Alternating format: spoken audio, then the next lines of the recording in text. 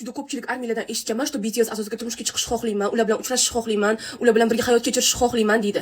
Qizlar, o'zi sizlar tasavvur qilib ko'rganmisizlar BTS asosiga turmushga chiqish qanaqa bo'lishlari bilan shu narsani spokойно o'tirib o'ylab ko'ramiz. BTS asosiga turmushga chiqish, deylik o'zinglarni biyasiylarga turmushga chiqish qanaqa bo'lishini. Har doim mana deylik to'yinglar bo'ldi.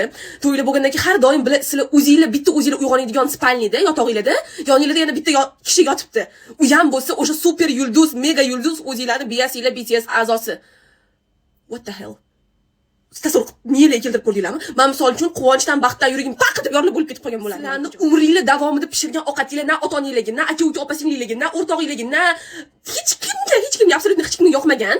Har doim sizlar ish chala qilasizlar, ovqatni ham eplab pishira olmaydigan bo'lgansizlar umringlar davomida. Lekin to'ydan keyin BTS a'zosi o'sha turmush o'rtog'inglarga oddiy tuxumni yo'q yo'g'ini mana qovurib bersanglar ham, jonim, go'zalim, farishtam, sen ovqat qilishing, bu uy ishlarini qilishing shart emas. Men xizmatkor olmaganman, men o'zim uchun xotin olganman, ayol olganman, umr yo'ldosh olganman. Sen uchun kerak bo'lsa men nonushta tayyorlayman deb tursa.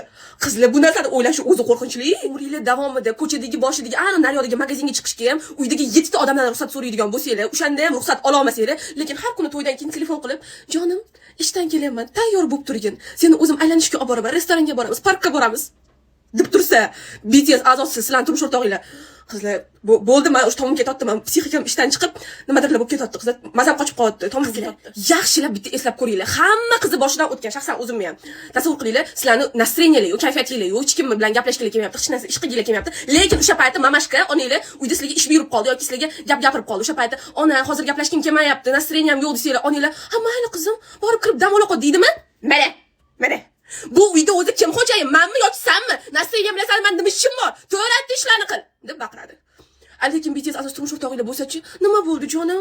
Nimaga sen xafasan? Kim seni xafa qildi? Ayt menga o'zimga" deb sizlarni quchoqlab, yuzlardan o'pib qo'ysa, bo'ldi qizlar, sizlar yurak xurujiga uchraysizlar.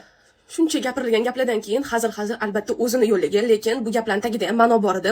Cho'nko'kni hattoki o'zi ham aytgan, что meni o'zinglarni kumiringlar-da yaxshi ko'ringlar, qanaqadir yigitinglar yoki turmush o'rtog'inglar sifatida emas. Haqiqatan BTSni biz o'zimizni kumirimizdek, yaxshi ko'rgan san'atkorimizdek, yoqtirgan san'atkorimizdek qabul qilishimiz kerak. Qanaqadir turmush o'rtog'imiz, erimiz yoki yigitimiz sifatida emas va bir kun kelib ular uylanishga, sevishga haqqi borligini, farzandli bo'lish kerakligini biz ichimizdan qabul qilishimiz kerak, qizlar. Shuning uchun hozirdan hech qanaqa panika qilib tashamanglar. Hozirdan o'zlaring tayyorlab boringlar shu narsaga. Bundan qiziqarliroq K-pop va K-dramalar olami haqidagi video reyslarni o'tkazib yubormaslik uchun esa menga obuna bo'lishni unutmang.